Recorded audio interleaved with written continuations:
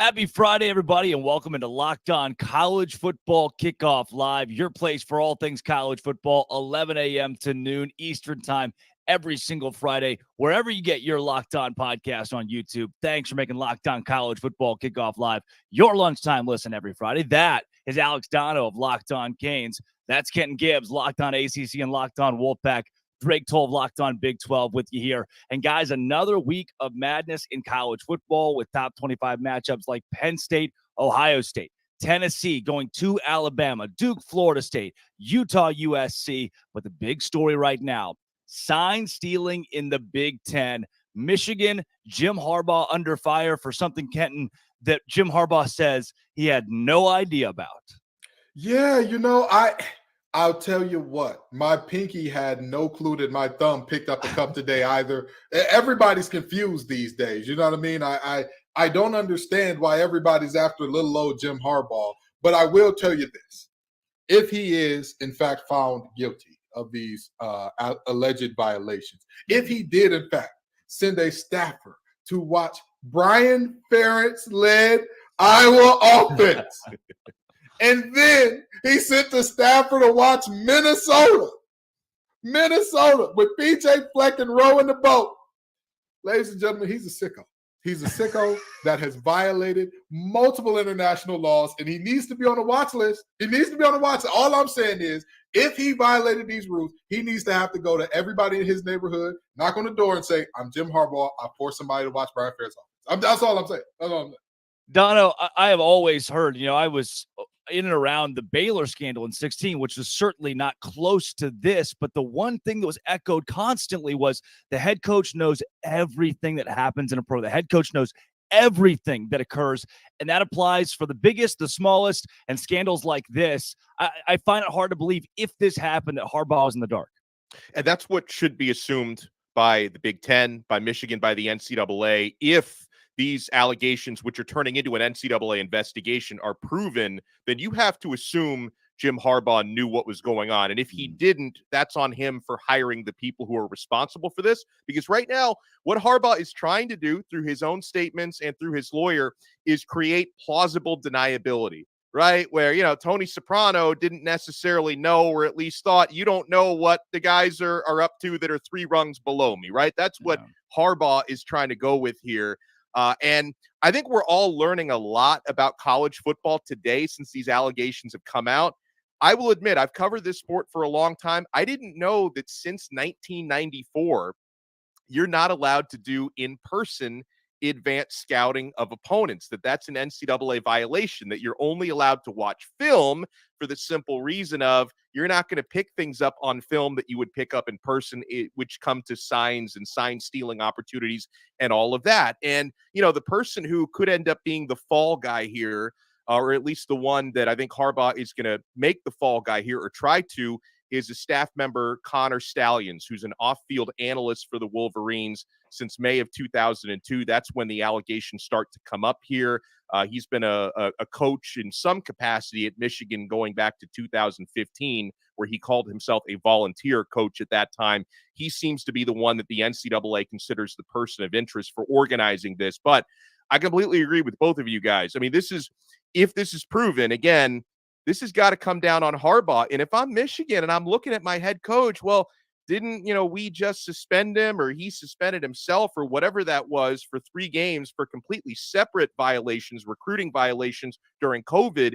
This is just another strike here. So I'm interested to see what comes out of this and if this could actually put Jim Harbaugh on the hot seat at Michigan. It's always the weird rogue staffer that did it. It's never the head coach's fault. It's one guy. But Donnie, what year was that he got to Michigan? This assistant coach got to Michigan. 2015. The guy's been there for 8 years. Yeah. The guy's been there for 8 years, and one day woke up and said, I'm going to go underneath the head coach, behind his back, and I'm going to orchestrate this big whole deal where we're going to scout out opposing teams' signals. Kenton, none of this is making any sense. How about this, okay? I heard that Michigan State is looking for a new head coach. I'm hearing that Michigan may be looking for a new head coach. I've been in North Carolina for about a decade now. I told myself that I was going to avoid coaching. But if need be, I know that y'all got out of paying Mel Tucker $90 million or so. I know that U of M is probably going to get out of paying Harbaugh a ton of money as well. All I'm saying is us three need to get out of this here recording booth and head on up to Michigan, okay? I promise you, we'll run a clean program. We won't steal signs. We won't steal signs. I wouldn't know the first thing about how to steal a sign, so we're good. We won't steal anything but money from the programs. That's it. That's it. We'll get away with some legalized bank robbery. But very seriously, I don't understand what is going on with these coaches, that you are in a position where the world is in your hands. If you look at Michigan's roster, objectively speaking, they are a virtual all-star team compared to the rest of the conference, with the exclusion of Penn State and Ohio State. What are you doing? You don't need to do this. No. You are better than everybody by a mile. And the part that really blows me about this the most is Jim Harbaugh is a guy who prides himself on doing it the right way, who talks about, some people were born on third base and think they hit a home run.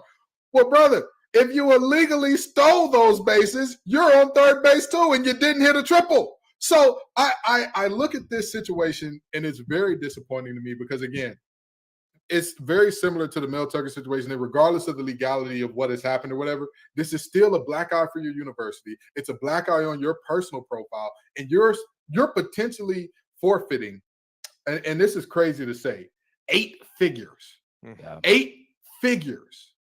Over what?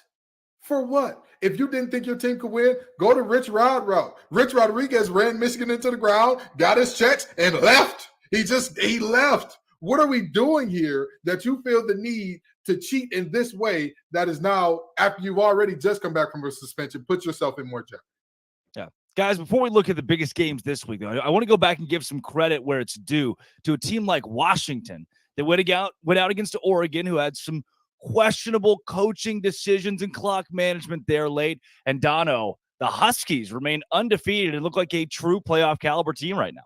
That was top to bottom, probably the best college football game I've watched all season. It had a little bit of everything. There were plenty of times when I thought Oregon is going to win this football game. No, Washington is. And, unfortunately, the last gasp came down to a college kicker doing what college kickers sometimes do on the Oregon side. But at the same time, Michael Penix Jr., I thought was, when you look at individual players and that big Penix power, he was probably the biggest individual week.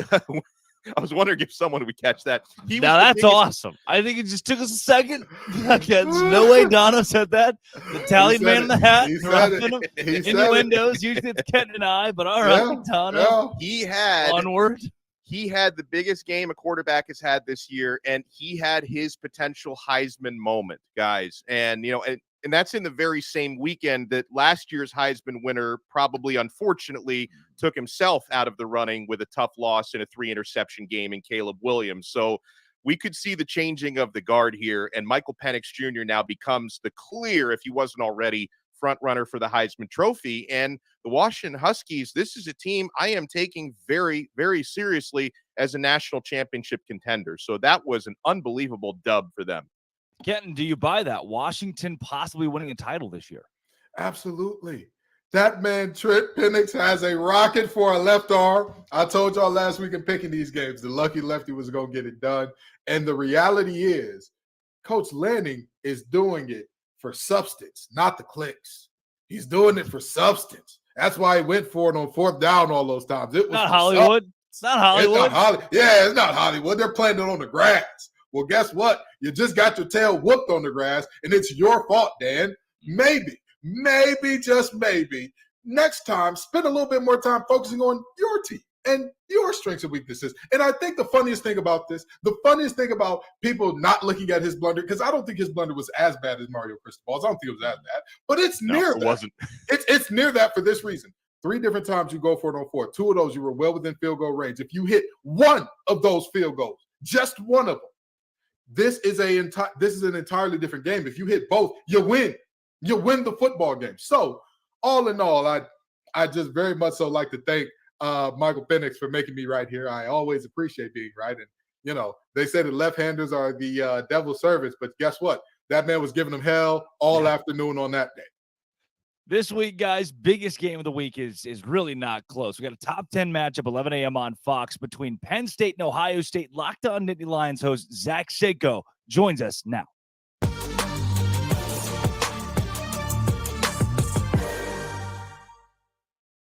Zach Seiko, Locked On Nittany Lions, Penn State, Ohio State. Give me your case for those Nittany Lions to get it done in what would be an upset, a 4.5-point upset on the road this week. Yeah, and for it to be, I mean, it's going to be an upset, but this is a very close game. I mean, the margin's not very far. Penn State, I think, on a neutral field is actually a favorite in this case, but the Nittany Lions have taken a leap forward here. The Ohio State Buckeyes, in my opinion, have taken a slight step back, and Penn State also catches Ohio State.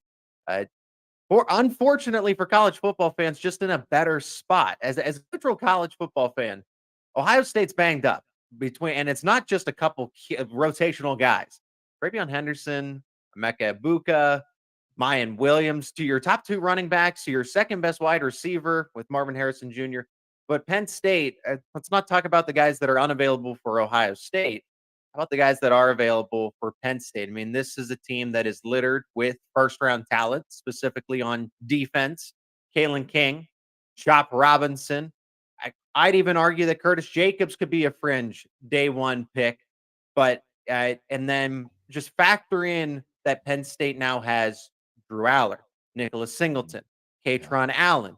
On offense, the talent is there, and Penn State has finally closed that gap that was pretty wide, especially the past 3 seasons between these two teams.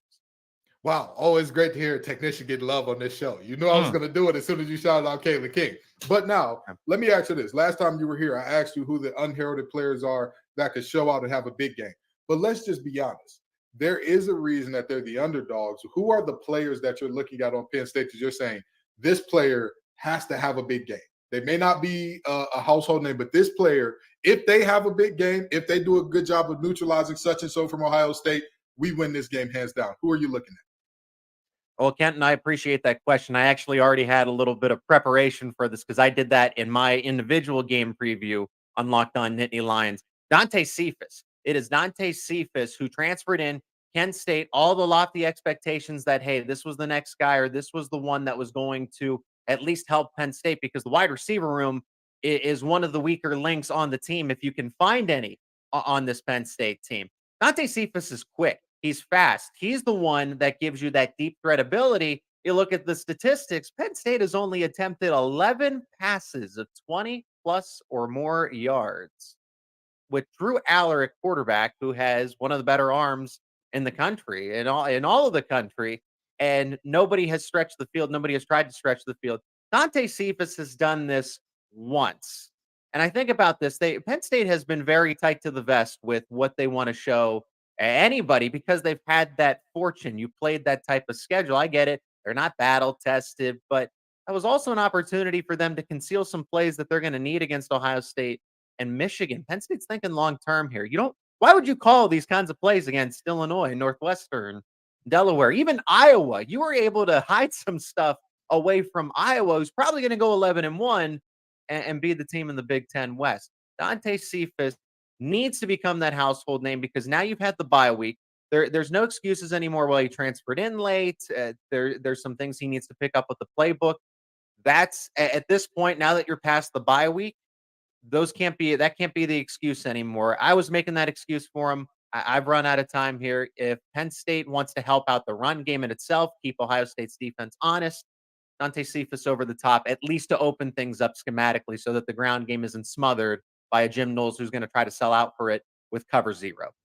And 2 incredible defenses in this game. Ohio State in the top 10, Penn State number 1, and Manny Diaz doing a tremendous job. I didn't love him as a head coach in Miami, but I absolutely loved him and still love him as a defensive coordinator.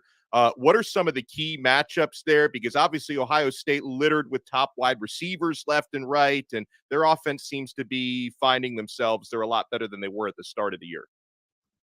Yeah, that's definitely the case, and that's going to happen with a first-year starter in quarterback Kyle McCord, a first-year offensive coordinator in Brian Hartline.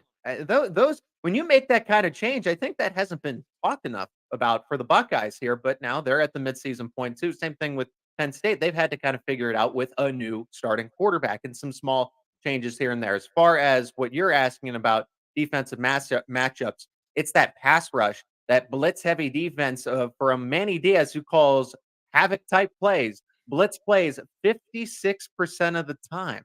That leads the country, and it's not even close. And the Ohio State offensive line, typically a top 5 unit, at least over the past 5 years, has taken a significant step back, and the tackles are more unreliable. The interior of the offensive line for the Buckeyes, pretty good. They returned 2 starters at guard. But the tackles, that's your questionable play. And where does all of Penn State's pressure come from? On the outside, Chop Robinson, Adisa Isaac, and then you send those cornerback blitzes from any which way. And Kyle McCord, a first-time starter. CJ Stroud didn't run a lot, but CJ Stroud was mobile. He could tuck it and run when he had to. And Justin Fields, we know he was a true dual threat quarterback. Kyle McCord is not that. So that's the matchup I'm really honing in on from Penn State's defensive perspective. And it helps when Henderson is not 100%. Don't know if he's going to play or not. Same thing with Mayan Williams. And then Emeka Ibuka. So you can focus a little more on Marvin Harrison Jr. because a Julian Fleming and those inexperienced freshmen, with all the potential in the world, I get it, are not where they need to be for this game specifically. Zach Seiko, Locked On Nittany Lions. Before we get you out of here, give me a score prediction on this game with Ohio State and Penn State. The total's taken a nosedive, and rightfully so. I mean, both these teams statistically are very good defensively. Penn State averaging 1 point. Everyone talks about the secondary. The run defense has allowed just 1.8 yards per carry. That's Madden on rookie mode and franchise type of numbers here. Yeah. So the Nittany Lions, I get it. The competition hasn't been the greatest. Ohio State has been battle tested with Notre Dame. Penn State played Iowa and West Virginia and handled them pretty well. We're finding out. Drake, you know this. West Virginia is much better than advertised. I'm going to go 27-22. It's going to be I go with the weird score for Ohio State because I don't think they'll have any problems moving the football. It's getting down into the red zone where they've been average. They've been okay. And Penn State, especially if you don't have Henderson and Williams at full strength and the play gets a little tighter down there, you're not going to, when it gets too close to the end zone, you are not going to have that capability of pushing the line of scrimmage forward. And Ohio State's going to settle for field goals. Penn State's going to get that pressure, cause some turnovers and short fields. And what they've been doing, grinding opponents down to a victory. 27-22 Penn State. Not just a cover, an outright win for the Nittany Lions. That's Zach Seiko of Locked On Nittany Lions. Zach, thanks for joining Locked On College Football Kickoff Live. Absolutely. Thanks for having me back. Appreciate it.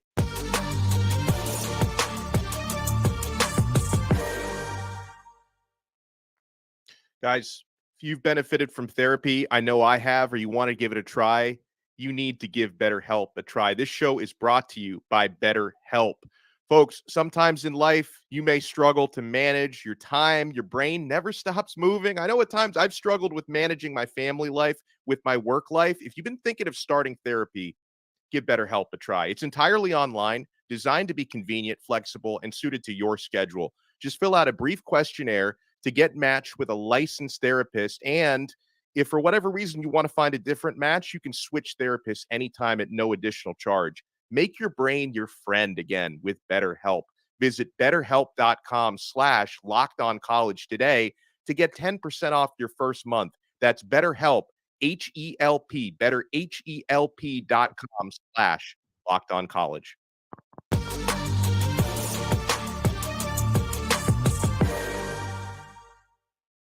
Guys, it's time for my favorite segment. That is Tell Me Why. And before we get into, a little extra this week, and before we get into the actual Sell Me Whys and clips from across the channel here, I think I'm sold the Penn State Nittany Lions. This was not an emotional Zach Seiko. This was not an overly charged, fired up for a big game Zach Seiko. This was numbers, facts, figures, who plays, who doesn't. Penn State has the edge in this game somehow. Drake told, I need you to do your best Harbaugh impression and go watch that young man record his shows in person, because that was a fired up Zach Seiko. I'm sorry to tell you. Oh, no. that was not emotionally charged. That young man is very even-keeled. He's a smooth operator. I'm telling you. He never gets too high, never gets too low. Regardless of what's going on with Penn State, he's going to come on and be the same guy. But I'll tell you this. I'm sold too. I love Penn State in this one too. because number one, Ohio State is banged up, which you referenced earlier. But number two, we talk about Ohio State is battle tested against some better teams and all that. I'm just gonna be honest. Notre Dame has a ton of Dr. Jekyll and Mr. Hyde in them. Mm-hmm. And even beyond that, in terms of your physical play, they finished out the game with 10 players on the field for the last 2 plays. And where was the ball run, Dono? You watched that game. Where was that ball run, Dono? Go in the middle. It was ran where the 11th guy would have been. Oh, I'm sorry. Yeah, where the 11th guy more specific, Dono. He's a football player. 10 men on the field. But that's my point. Penn State's not going to have that problem. James Franklin has historically had troubles winning the big one, right? That's been the thing. But here's the thing. James Franklin has never had the horses in the stable that he has right now. I think it's fair to have that criticism of coaches who have had all the biggest names, all the stars, all that. James Franklin is just now getting that, and I think that he shows it. I think he shows why, at the end of the day, there are questions about Ryan Day's ability to win a big game as well, and I think that this one elevates those questions up until he plays that school up north. Yeah, Dono, you buying that here. You like Penn State. You can sell me as far as covering the 4.5 point spread. I'm going to stick with that. So I am betting Penn State plus 4.5. At the same time, I think this is going to be a very close game. I like how Zach mentioned if it was, at a neutral site or if it was at Happy Valley, of course, Penn State would probably be favored. I do still see value when Ohio State is the home team in a tough place to play, packing over 100,000 fans in there. The injuries on the Ohio State concern me. From a Penn State side, listen, I know we can say it 100 different times. They have been a dink and dunk team this year, whether that's just by design or taking what the defenses give to them. I still can't automatically say, hey, the downfield passing game is going to go from 0 to 60 against Ohio State's top 10 defense. So as far as picking a straight up winner, I could see Ohio State winning by a point, 3 points, but I am taking Penn State plus 4.5. So we got a comment here from Mr. Jones. The Big Ten is weak. In the SEC, Ohio State would be Kentucky. Now that seems pretty hyperbolic to me, guys. You can see Kenton Gibbs, see you rolling your eyes here for Mr. Jones. Pass me a bottle. This guy's obviously been drinking, Kenton. He hasn't just been drinking. Get him blood tested. Get USADA involved. Can I get a Counting Crows reference? Anybody here? Listen, all I'm saying is let's see if he's off some beaver tranquilizers or something like that as well, because this is ridiculous. Where does the SEC get off? I get it. You've won a lot of championships. You have historically been the best. I'll give you every bit of props for that. I'll give you every bit of kudos. Clap it up for the SEC, everybody. Clap it up for the SEC. But yesterday's price is not today's price, in the words of Fat Joe. Yesterday's price is not today's price. We live in a performance, what have you done for me lately industry. And last time I checked, folks, the SEC did not have a winning record out of conference against the Power 5 this year, did they? 3-6, right? 3-6. 3-6. Oh, okay.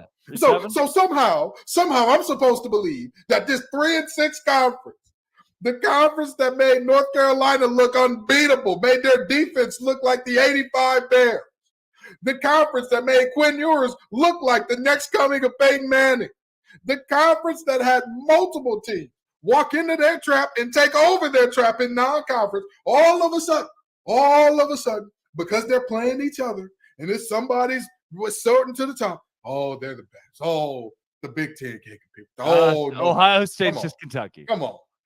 Ohio State is Kentucky. I'm going to just tell you this. I hate to quote Tar Heels, but I'm going to have to do it. I'm going to have to quote the most famous Tar Heel of all time. Stop it. Get some help. Mr. Jones, having grown up in Arkansas, SEC country, I think Ohio State is Vanderbilt. I love the sentiment there, Mr. Jones. Thank you very much. Well, and I'll give Mr. Jones a pass because I've driven through SEC country before, specifically when you get into Kentucky and Louisiana. Every few miles there are whiskey distilleries. So, if he's taking those tours, getting those samples, I'm going to give the guy a pass. And listen, there have been some years where you can make that argument. A lot of years where you can say, the second or third best team in the Big Ten would be Kentucky in the SEC. This is just not the year to make that argument. Feel free to watch Fox at noon on a Saturday and see what some of the other conferences are doing. You don't have to just stick to the SEC. You know what, guys? Ohio State is the Kentucky of the Big Ten. This is a top 2 team in the SEC East, maybe a top 3 or 4 team in the league overall. So maybe this Mr. Jones is not sliding Ohio State. He's given some beef to Kentucky here. Let's consider all things as we roll through. Sell me why. We love a good rivalry game, right? This is not that. Michigan State and Michigan supposed to be the big one, a big one. Tale of two teams on two very different planets this season. 24.5-point underdogs. Michigan State at FanDuel.com. It'd be the first night game in East Lansing between these two teams. This rivalry, the pride, is all of that enough to help Sparty cover 24 points against a Michigan team that's blown everybody out? Here's Locked On Spartans host Matt Sheehan to sell me why on Michigan State.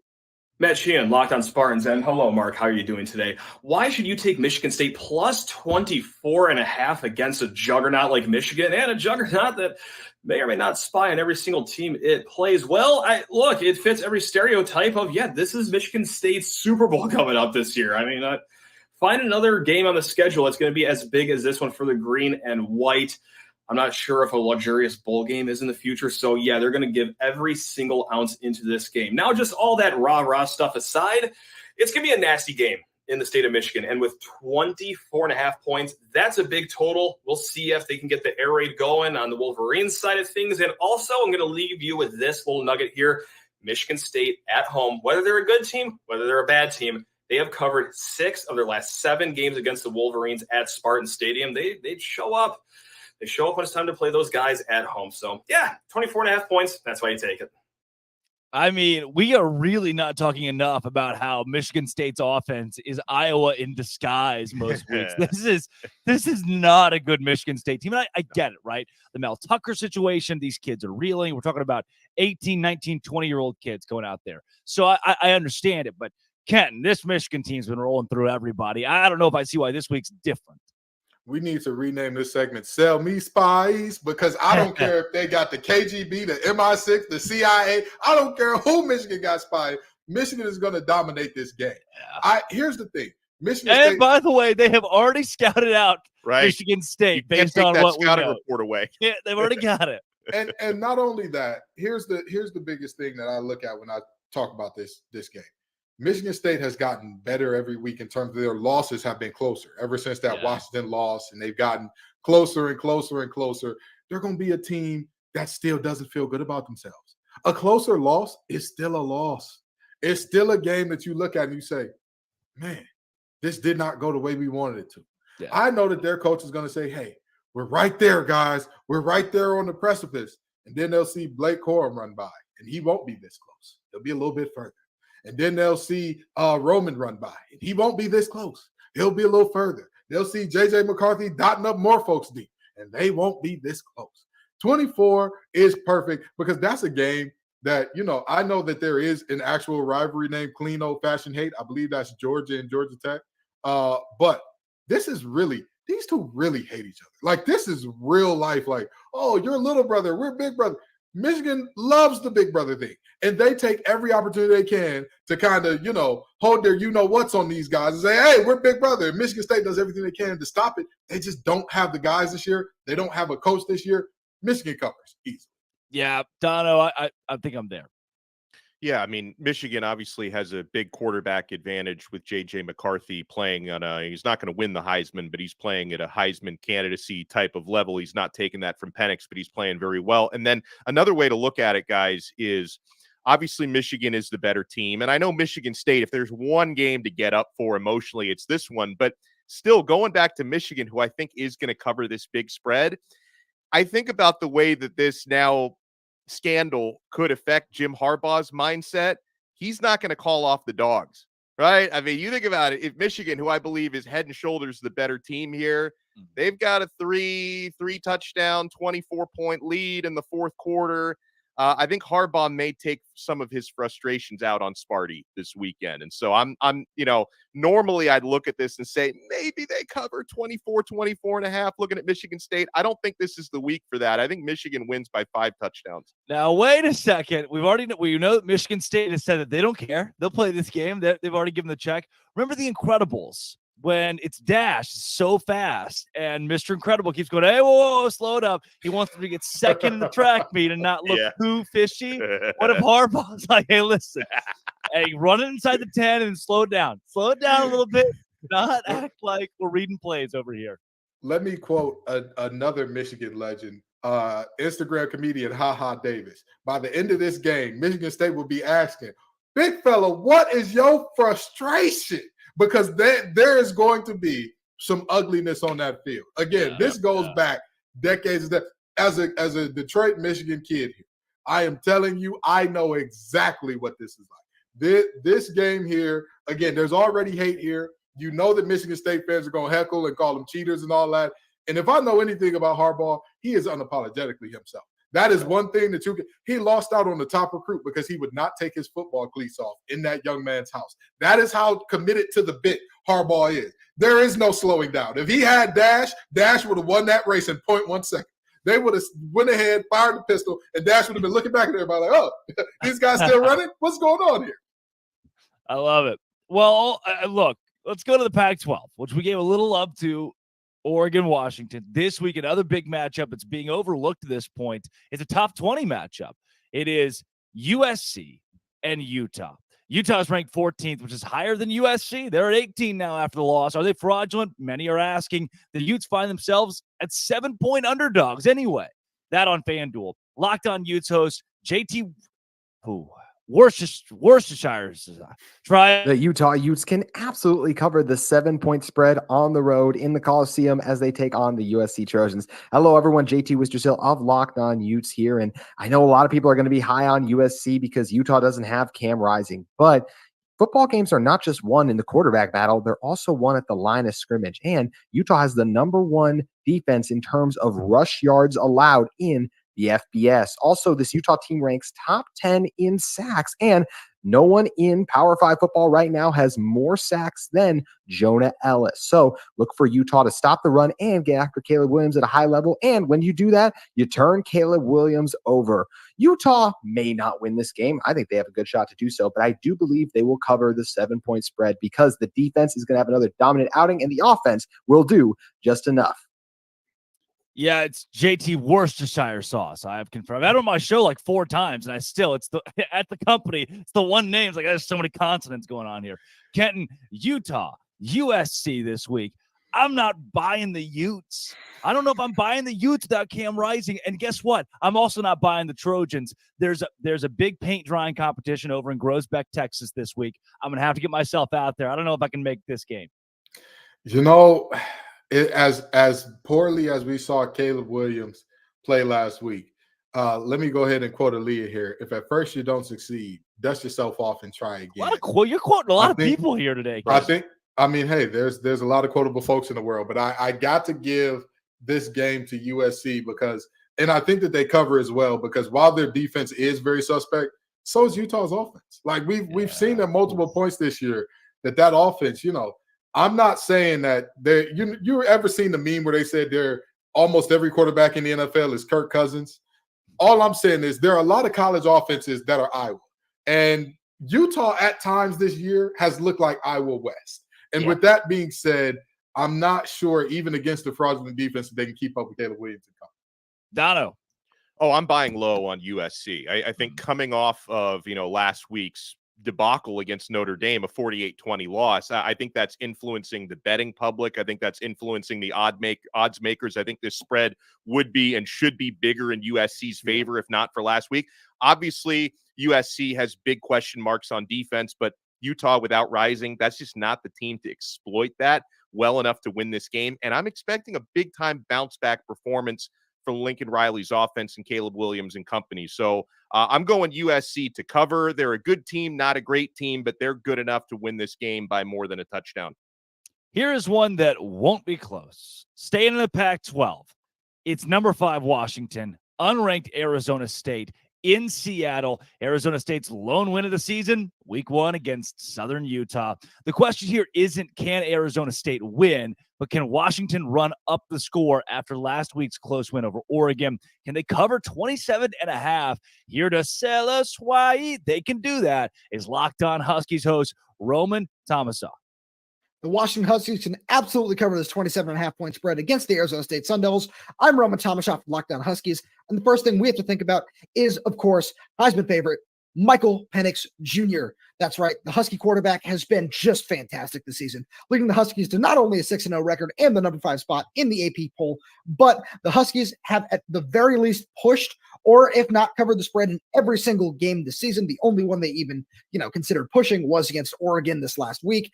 And Michael Penix has just done a fantastic job just throwing the ball all over the air. And this Arizona State defense is not great. And the other thing that we need to think about is Washington's defense has a chance to really get right against one of the worst offenses in the Pac-12. So with that being said, I think the Huskies can force a couple of turnovers, maybe even get 3-4 sacks on this Arizona State offensive line. And with the way that they put up points, I think that it's very easy that the Huskies can cover the spread this weekend.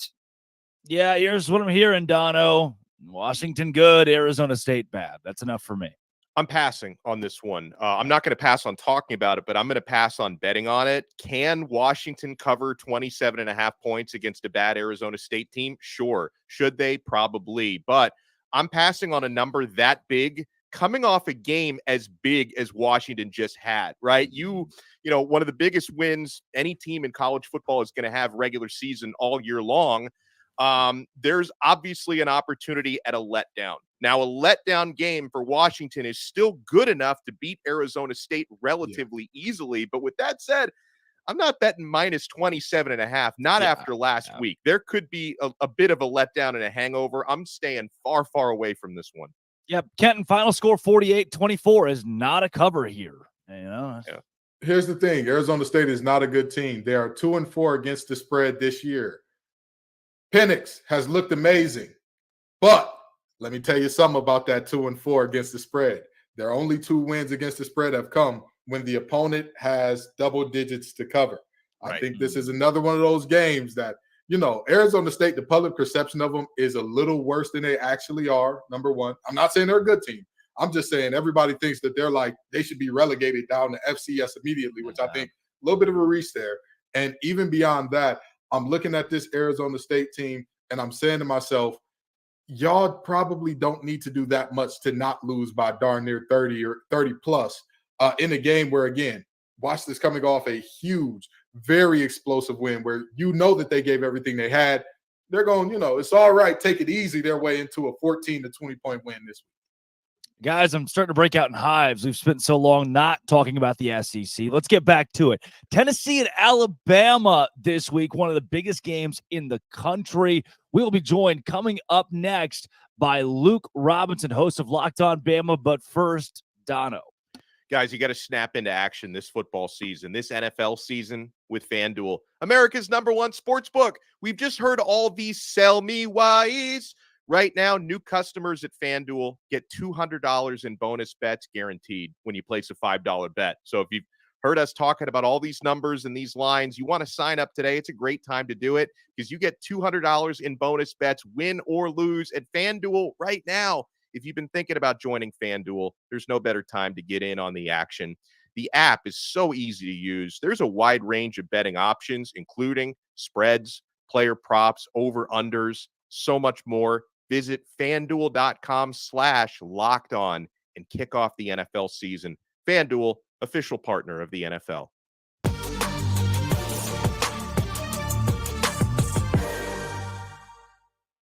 Now we bring in Luke Robinson of Locked On Bama. Luke, before we get into this Tennessee matchup this week, we've got Alabama as still a heavy playoff contender while so many in the country have written this team off after that Texas loss. I know Alex and Kenton both have some questions about this game, but I want to go more holistic. This Bama team, to you, are they playoff caliber right now? This year, yes. I think in years past, no. And I mean, the problem with Alabama is they're generally compared to other Alabama teams. I mean, is this team as good as the one that had Tua and Jalen Hurts and Damian Harris and Josh Jacobs and Najee Harris and blah, blah, blah? No, it's not. I mean, it's just not. But this year in college football, it's just not a great year. It's the teams are pretty good, but they're not great. I would not put them up there with, Bama 2020, LSU 2019. I just wouldn't do it. But so, yeah, I think they've got a shot. Now, the other thing is the schedule sets up pretty nicely. In fact, I would say it sets up just right for Alabama. You play Tennessee, who is ranked enough and who's good enough to at least give you some credit. not take away from what you accomplished. Then you welcome in LSU. I assume they'll take care of Army this weekend. LSU Bama could be a game day type scenario because that's going to be one of the biggest games. It's going to be 7 o'clock. CBS is going to be a big deal. A lot of eyeballs on it. Then you go to Kentucky. Again, I know Kentucky's lost 2 in a row. They haven't looked really great of late. But Kentucky is one of those teams that has garnered some respect. So it's not the Kentucky of 15, 20 years ago.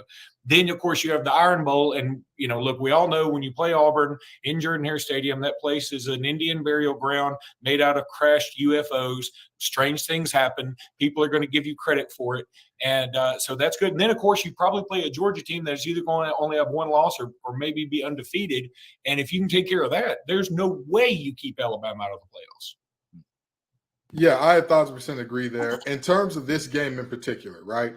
What is the one thing that concerns you most about Tennessee? What is the one thing that you look at with Tennessee where you say, if Bama ends up losing this, it'll be because this thing happened with Tennessee?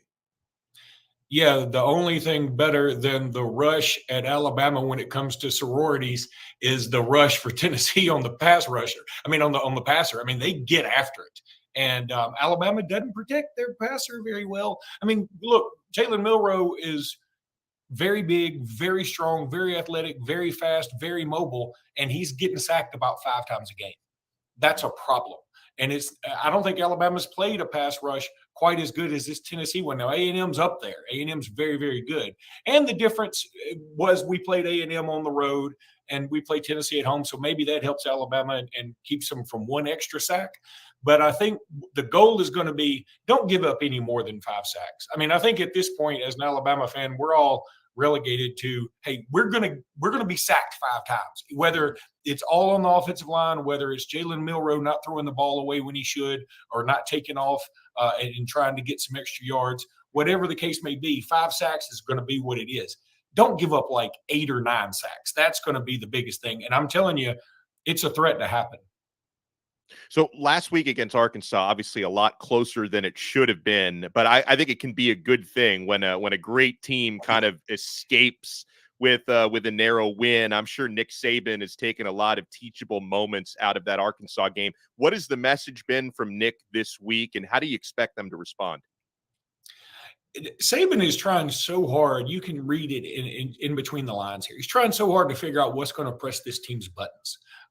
This team has not put together a full game yet. Jimmy Stein and I say it on Locked On Bama all the time.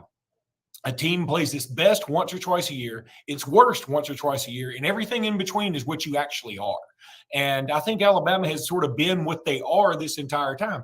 So maybe they'll put together one of their better games. I mean, they're sort of due for one. It would be nice to see. But as far as a message goes, look, this team is sort of a hodgepodge. I mean, nobody has stepped up to be an actual leader. That was kind of a problem last year. I love Bryce Young.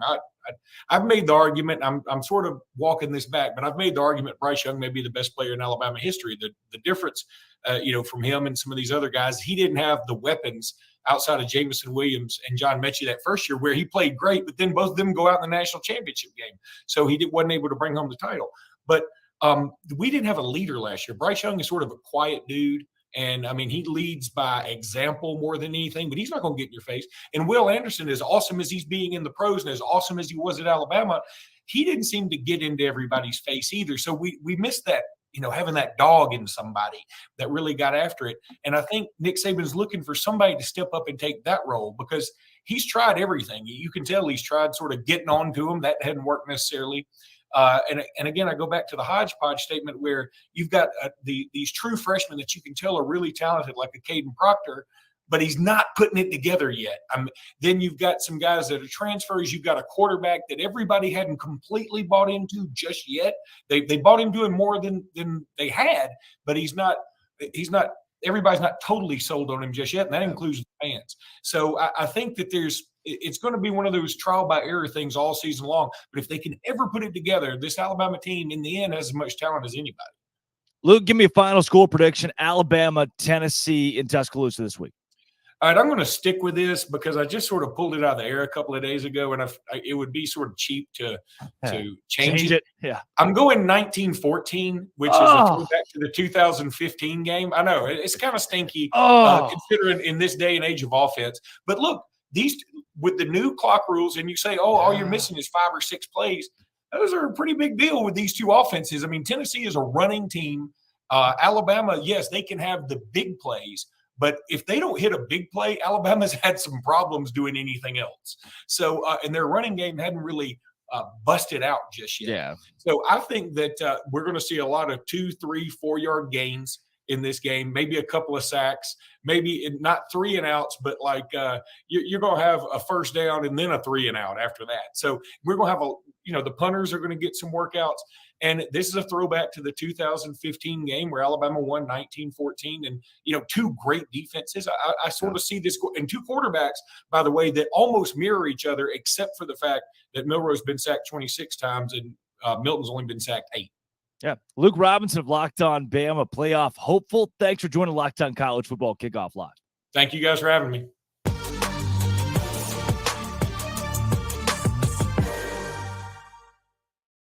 My legs feel great, and they look really good in my Bird Dog shorts. Guys, I've been loving Bird Dogs since they came aboard here at Locked On. They've opened my mind. Bird Dog stretch khaki shorts are designed to fit slimmer through the thigh and the leg, giving you a truly sculpted look. Bird Dog shorts, they do the exact same thing as Lululemon, but they fit way better. I've tried them both. I can vouch for that. They fit way better than regular shorts that are made of a stiff, restricting cotton. Bird Dogs fixed this issue by inventing cloud knit fabric that looks just like khaki, but it stretches to give you a way slimmer fit without having to sacrifice movement. And I need this in Florida badly. Bird Dogs uses anti-stink sweat wicking fabric to keep it cool and dry all day long. They are functional for every occasion, guys. Go to birddogs.com/LockedOnCollege or enter promo code LockedOnCollege at checkout for a free Bird Dogs water bottle with your order. That's birddogs.com/LockedOnCollege for a free water bottle at checkout. You won't want to take your Bird Dogs off. We promise you.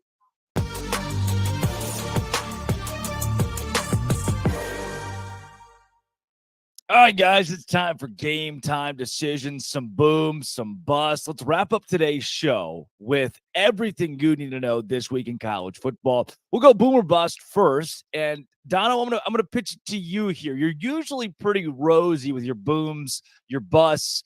Where are you leaning this week? Do you give me a boom? You give me a bust? What do you got?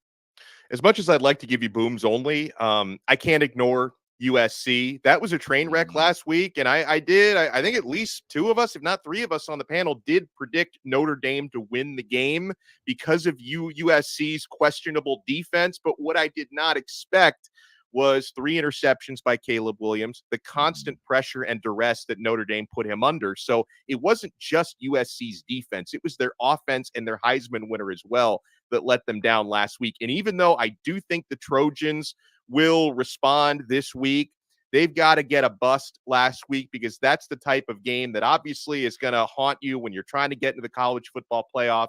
And unfortunately for Caleb Williams, that performance probably takes him completely out of Heisman contention. So that is my bust. For my boom, Mizzou got a big win last week, but I want to go. Sorry, Kenton, if I took yours, my boom. It's all right. You can go into more detail. I'll let you have the rest of that, because for my boom, I go individual. I don't know if we're allowed to do this, but Michael Penix Jr., I thought nobody raised their stock high, and the stock was already soaring, but it's booming now to the moon. Nobody raised their stock higher last week, getting that win with that throw that he made, in addition to a bunch of other tremendous throws that he made. That was a Heisman moment for the Heisman Trophy frontrunner. That's going to be on every highlight reel when he receives that award in a couple of months in New York. So Michael Penix Jr. is my boom. Ken. Yeah, so he got me with the Mizzou boom, and that's all right. That's all right. It's okay. I'm gonna tell you this: if we're talking individual players, Luther Burden III. Okay, he's a receiver out of Missouri. He had 100 yards per game, or over 100 yards actually, well over 100 yards. The lowest that he had in any of the 5 games leading up to this was 114 yards. Last week, 2 receptions for 15 yards. He's coming back with a vengeance. He's going to do something crazy this week. I'm already expecting it. I'm already calling it. I'm already seeing it. And my bust for the week, I hate to have to do this, but too many people say I'm biased, and they say I'm a homer, and they say do it. Do So it. I'm going to bring them on down to the carpet. Dave Doran and the NC State Wolfpack, come on down. You let a team beat you completing 4 passes? Ugh. 4 passes with a backup quarterback. Wait a minute, there's more. You let a team beat you and you had more drops than they had completions.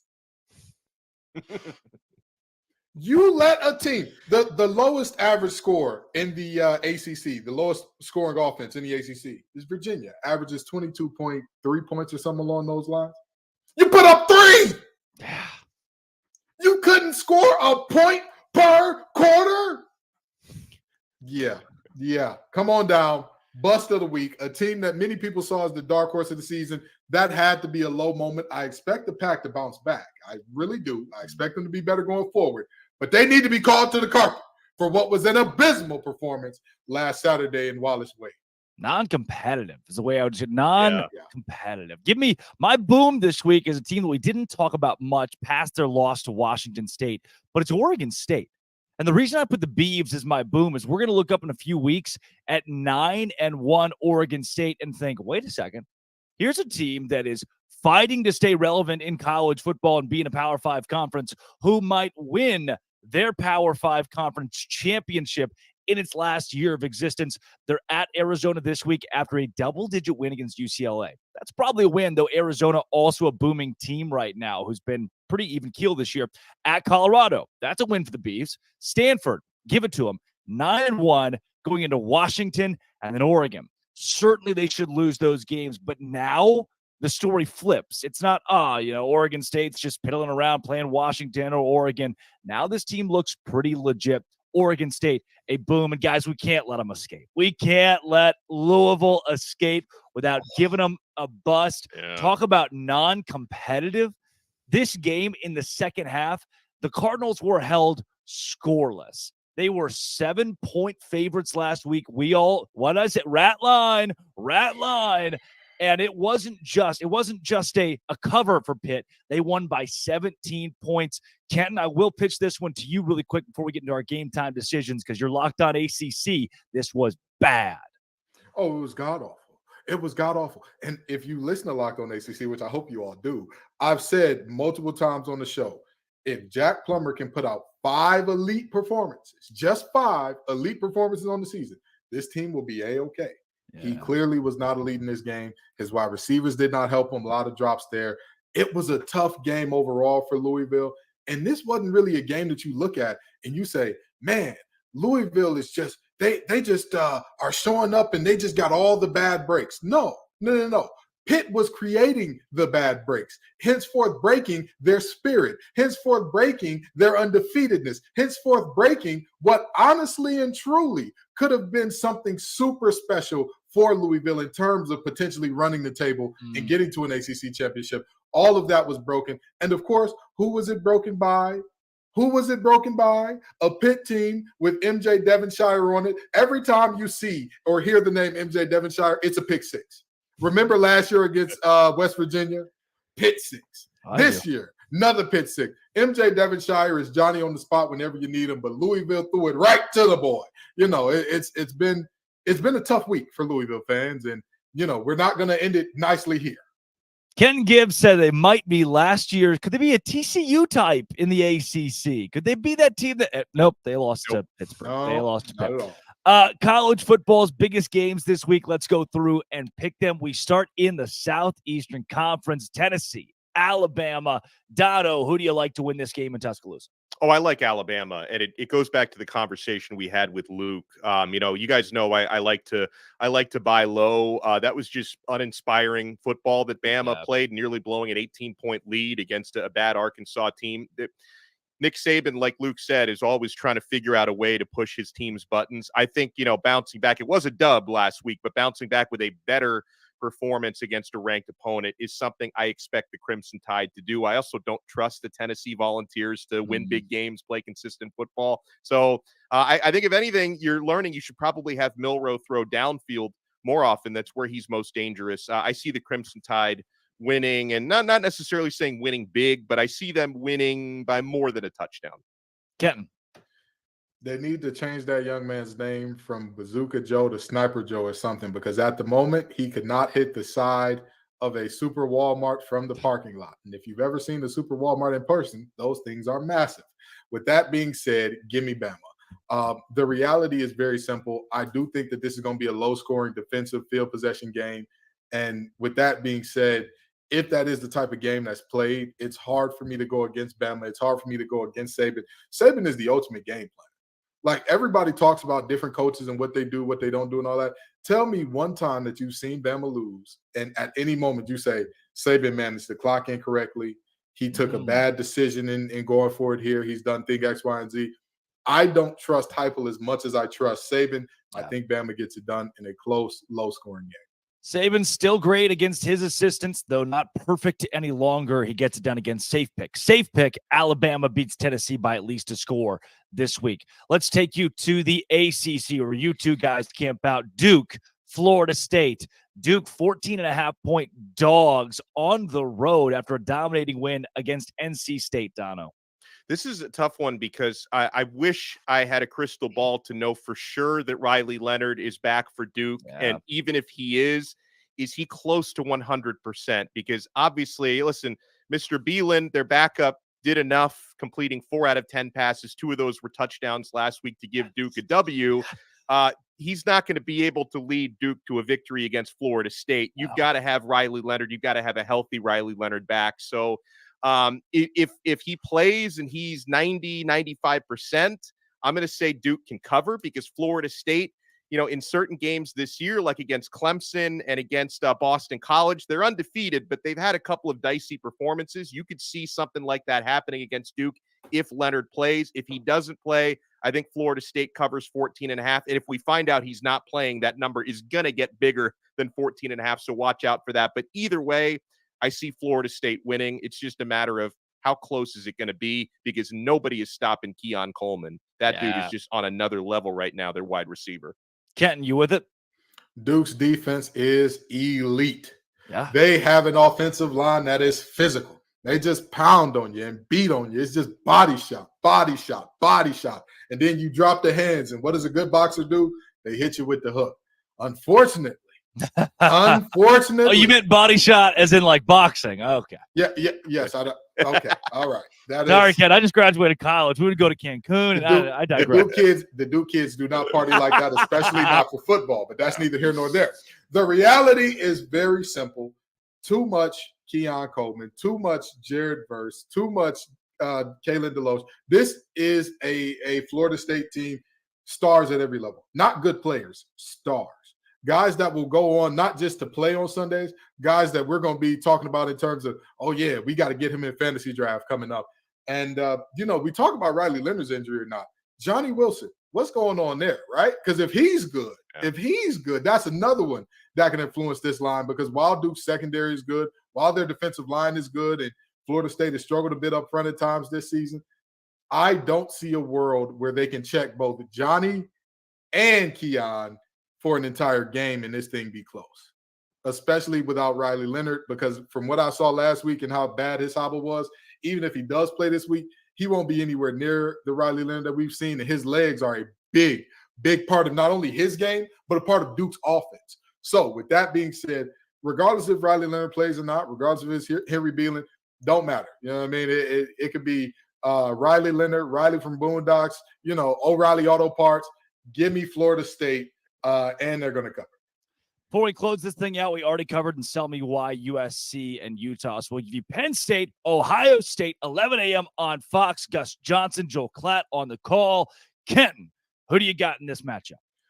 These defenses are going to prove to be human. Both of these offenses are going to have very great days. Go the over. I'm going to go 31-28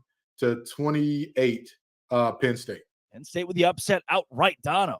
I'm going the other way, Ohio State by 3 at home. So I think Penn State will cover, but just not quite enough. We stay low scoring. I'm going to take Penn State to win this game 20-17, 37 points combined. Penn State gets it done on the road. We got it done today. That's Kenton Gibbs, Locked On ACC and Locked On Wolfpack. That's Alex Dono of Locked On Canes. Drake Toll from Locked On Big 12. Thank you for making Locked On College Football Kickoff Live your lunchtime listen, 11 a.m. to noon Eastern time every single Friday, and wherever you get your podcasts as well. This has been and always will be Locked On College Football Kickoff Live.